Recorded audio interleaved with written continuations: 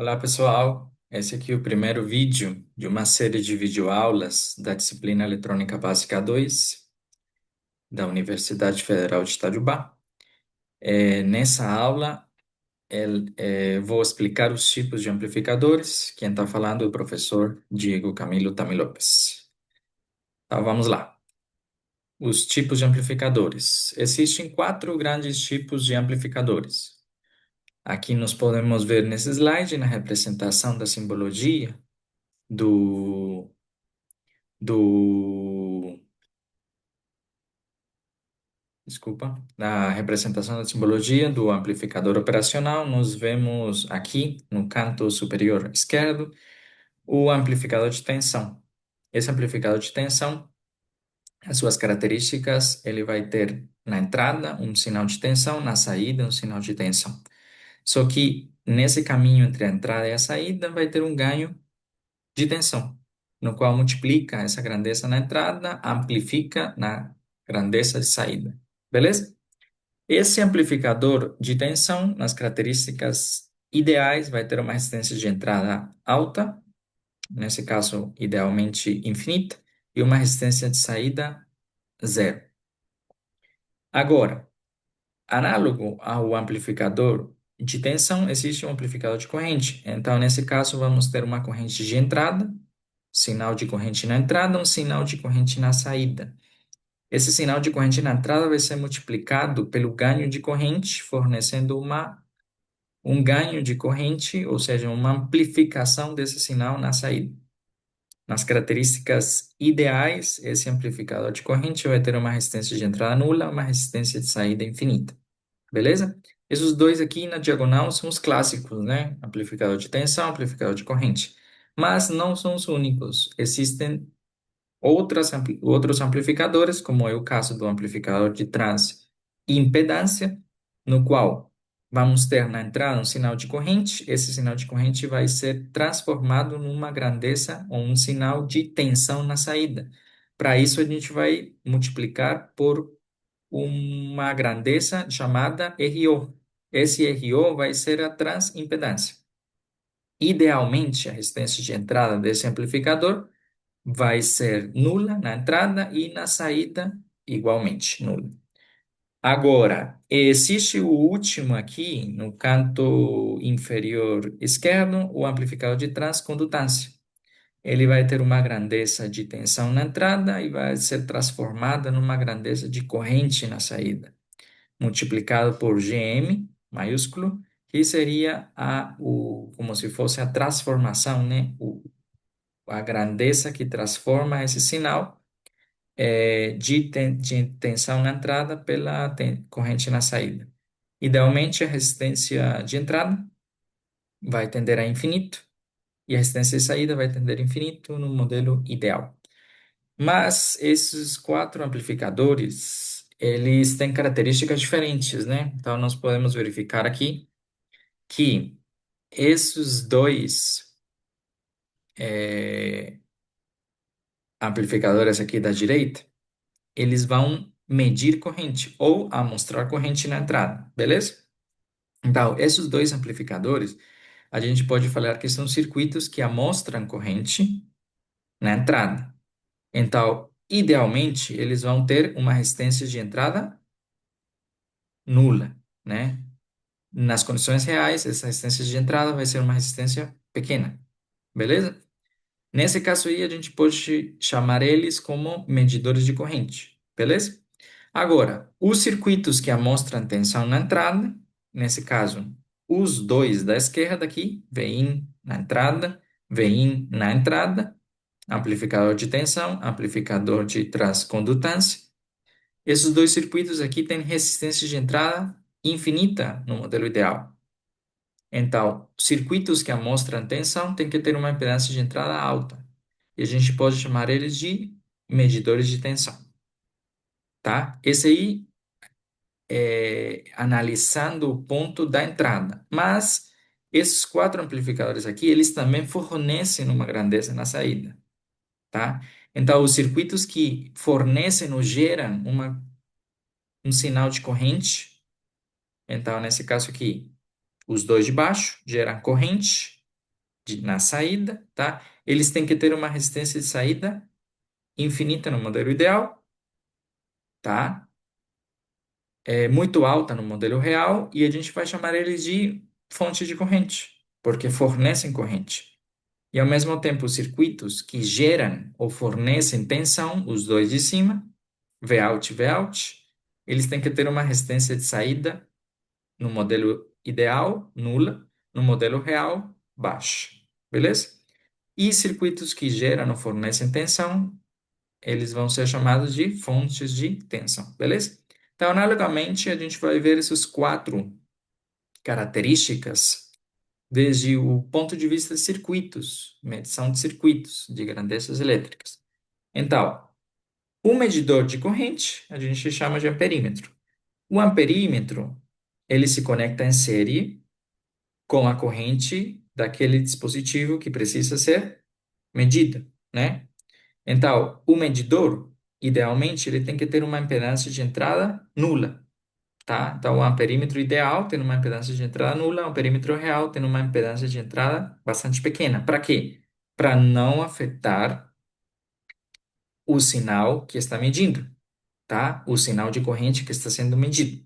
Então, nós vemos aqui o amperímetro conectado em série com a corrente que está passando por essa resistência de carga. Esse amperímetro ele vai ter uma resistência de entrada nula, beleza? Agora, o voltímetro ele vai medir tensão. Para medir tensão, você conecta o voltímetro em paralelo com o dispositivo.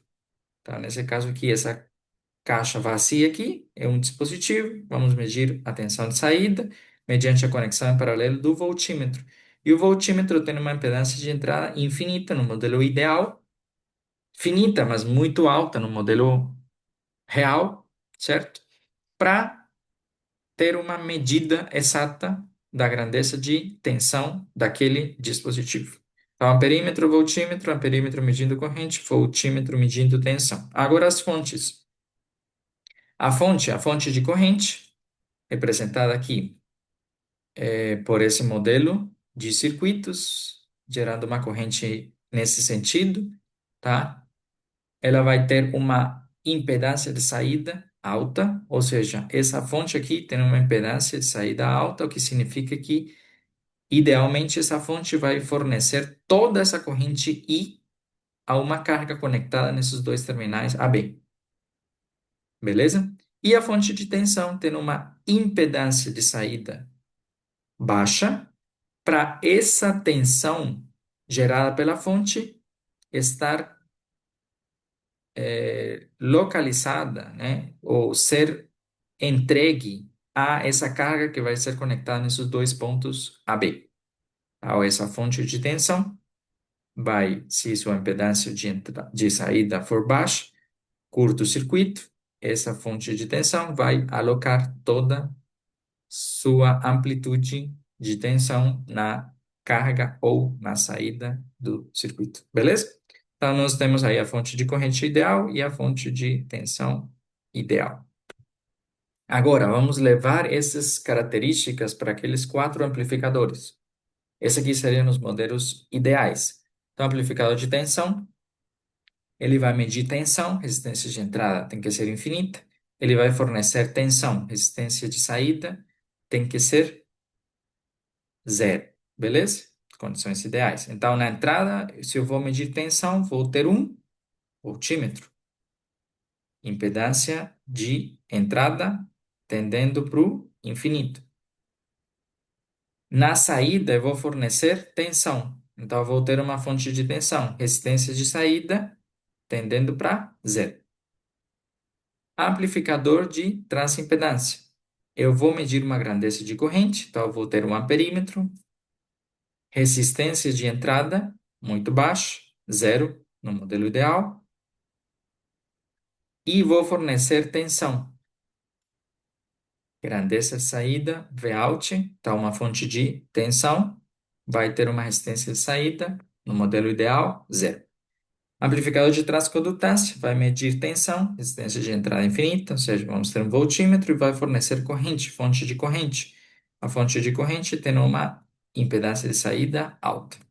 Nos modelos ideais, tendendo para infinito. E por último, amplificador de corrente, resistência de entrada zero do amperímetro, resistência de saída infinita da fonte de corrente ideal. Esses quatro modelos ideais podem ser representados com os modelos reais. Amplificador de tensão, o Rin já não vai ser mais infinito, ou seja, circuito aberto, senão vai ter um valor alto. Rout não vai ser mais nulo, ou seja, curto-circuito, senão um valor baixo. Amplificador de transimpedância, o Rin, um valor baixo, Rout, um valor baixo. Amplificador de transcondutância, Rin, um valor alto, Rout, um valor alto. E amplificador de corrente, Rin, um valor pequeno, Rout, um valor alto. Beleza? E essas são as quatro representações dos amplificadores, desde o ponto de vista da impedância de entrada, Rin, impedância de saída, Rout. E cada um vai ter sua característica específica. Então, amplificador de tensão, seu ganho de tensão, amplificador de transimpedância, a grandeza, o R0, né? O amplificador de transcondutância, o GM, e o amplificador de corrente com o ganho de corrente. Beleza? Agora, esses modelos ideais, que agora a gente transformou num modelo real, a gente pode ver uma série de exemplos de circuitos propriamente implementados com transistores, né? Então, o amplificador de tensão, que é o primeiro amplificador, nós podemos ver representado aqui por esse circuito multiestágio de dois estágios, tá? Representado aqui pela conexão do primeiro estágio, M1, transistor tipo MOS, na configuração fonte comum, em cascata com um amplificador dreno comum, M2 MOSFET. Então, nós sabemos que para analisar a impedância de entrada, nós vemos aqui o ponto de conexão da grandeza de entrada, nesse caso, tensão, está sendo injetada, né, pelo terminal porta do M1. A gente sabe que a impedância vista desde o terminal porta de qualquer MOSFET vai ser uma impedância muito alta, tá? Nesse caso aqui, tendendo para o infinito. No caso realístico, uma impedância de mega ohms até giga ohms, tá? É, e M2, que é o transistor de saída, nós temos aqui o ponto de conexão de saída, Vout, no terminal fonte. O terminal fonte a gente sabe pelo modelo de pequenos sinais que tem uma impedância de saída aproximadamente 1 sobre Gm, que é uma impedância de saída baixa. Beleza? A conexão em cascata vai me dar uma multiplicação dos ganhos. O primeiro ganho aqui de tensão vai estar dado por AM1. AM1 vai ser o ganho da configuração fonte comum, que a gente sabe que é menos GMRD, pelo modelo de pequenos sinais. E o ganho de tensão da configuração M2, dreno comum, a gente sabe que no máximo é 1, ou seja, ele é um buffer de tensão, ganho unitário. Se no caso de substituir essa fonte de corrente por uma resistência RE, que aqui nesse caso específico, utilizando o MOS, a nomenclatura mais correta seria RS, né? Resistência no terminal fonte. Nós vamos ter aqui, substituindo essa fonte de corrente ideal por uma resistência, nós vamos ter que o ganho da configuração M2 vai ser RS sobre RS mais 1 sobre GM. Se o RS for muito maior do que 1 sobre GM, essa relação aqui, essa razão, vai tender para 1, tendo um buffer de tensão. Dessa maneira aqui, multiplico M1 vezes a M2, portanto, o ganho global de tensão vai ser menos GM vezes RD. Beleza? O amplificador de transimpedância, nesse caso aqui, ele vai ter uma grandeza de entrada de corrente na entrada e uma grandeza de tensão na saída. Então, ele precisa ter uma resistência de entrada baixa e uma resistência de saída baixa também.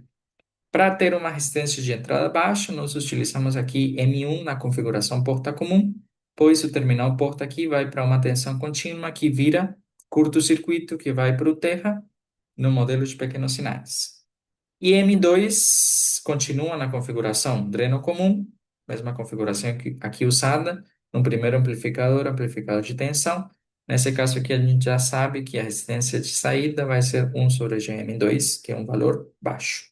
Então, da porta comum, a gente tem que conectar com o dreno comum. A conexão está aqui no terminal dreno, representado aqui pela tensão Vx. Vx a gente sabe que é uma tensão menos a corrente de dreno vezes RD. E o Vout pelo buffer de tensão vai ser uma réplica de Vx, certo? Então, a relação entre a grandeza de saída, que é Vout, e a grandeza de entrada, que é In, vai ser a transimpedância do amplificador. Então, Vout vai ser menos ID vezes RD, e In vai ser menos ID. Cancelando menos com menos, vai dar mais. O ID no numerador com ID do denominador vai ficar que a transimpedância vai estar dominada pela resistência de dreno RD. Beleza? O terceiro amplificador, o amplificador de transcondutância, vai ser o amplificador na configuração de ganho intrínseco, na configuração fonte comum, onde nós temos que RD vai ser circuito aberto, ou seja, vai ser muito maior que o RO, sendo o RO a resistência de modulação do canal do MOSFET, análogo ao TBJ, seria a resistência do efeito Erle. Então, nós observamos aqui uma grandeza de tensão na entrada, uma grandeza de corrente na saída. Então, a transformação entre Eout e Vin vai me dar a transcondutância do amplificador. A corrente de saída vai ser GM Vin, tá? A própria configuração, a própria definição do amplificador, fonte de corrente controlada por tensão, tá? Sobre a tensão de entrada, Vin, cancelando Vin no numerador e no denominador, a gente tem que a transcondutância vai estar dominada pela própria transcondutância do amplificador M1. E para o amplificador de corrente, nós vamos usar a configuração porta comum, com seu ganho intrínseco, mesma coisa, o RD vai ser circuito aberto, portanto é muito maior do que o RO, a resistência de modulação do canal do MOSFET, ou do efeito Erle no TBJ. Nós vemos aqui que a tensão de entrada está conectada pelo terminal fonte, terminal source. Resistência de entrada, portanto, é 1 sobre GM, e a resistência de saída vai ser RO. Esse aqui é um valor alto, esse aqui é um valor baixo. Portanto, o ganho de corrente vai ser a relação entre a corrente de saída e a corrente de entrada. A corrente de saída, a gente sabe que é GM-Vin, e a corrente de entrada vai ser a tensão de entrada sobre a resistência de entrada. Resistência de entrada 1 sobre GM. Manipulando a equação aqui, a gente vê que é aproximadamente unitário. Então, a configuração porta comum, com ganho intrínseco, nós vamos ter um buffer de corrente. Então, o ganho de corrente vai ser unitário. Então, a corrente de saída vai ser igual à corrente de entrada. Beleza? Existem outras configurações, tá? Representando esses quatro tipos de amplificadores. Esses que eu trouxe aqui são as configurações bem clássicas, bem básicas, de fácil entendimento, tá? Vocês podem encontrar uma série de exercícios no livro, fonte, que nesse caso seria Hazard, tá? Onde temos vários tipos de amplificadores com vários exemplos de exercícios, tá? Aqui nós vemos o resumão das quatro configurações: amplificador de tensão, amplificador de transimpedância, amplificador de transcondutância e amplificador de corrente. E para finalizar a aula, esse exemplo aqui, que é um exemplo de discussão entre o que seria melhor: conectar uma fonte de corrente utilizando apenas um fio para uma resistência de carga RD, ou conectar essa mesma fonte de corrente utilizando uma configuração porta comum intermediária entre a fonte e a resistência RD, tá? Nesse caso aqui, porta comum, vamos ter um ganho de corrente unitário, a gente já estabeleceu no slide anterior, e aqui também, né? Porque apenas estamos conectando uma fonte de corrente com uma resistência de saída. Então, a pergunta seria, se o ganho de corrente do amplificador ao lado unitário, existe alguma vantagem desse circuito em relação a uma conexão direta, representada aqui pelo circuito embaixo? Não poderia simplesmente conectar a fonte de corrente diretamente para o RD? Lembrando que tanto aqui quanto aqui, CP modela a capacitância, que nesse caso é a capacitância interna da fonte, que é normalmente um valor alto. Então, se nós vemos a configuração que utiliza o M1 transistor,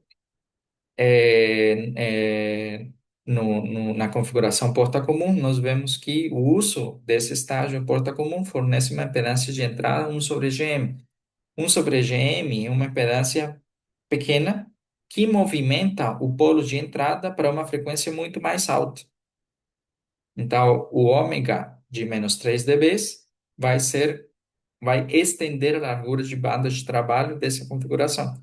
Diferente ao conectar diretamente utilizando apenas um fio, essa mesma fonte de corrente com RD, pois o ômega de menos 3 dB, o polo da frequência de corte de entrada vai ser 1 sobre RD vezes CP, onde 1 sobre EGM vai ser muito menor do que RD. Portanto, a vantagem de utilizar essa configuração porta comum para conectar essa fonte de corrente com uma resistência de carga RD em específico seria movimentar o polo de entrada para uma frequência mais alta, ou seja, estamos estendendo a frequência de trabalho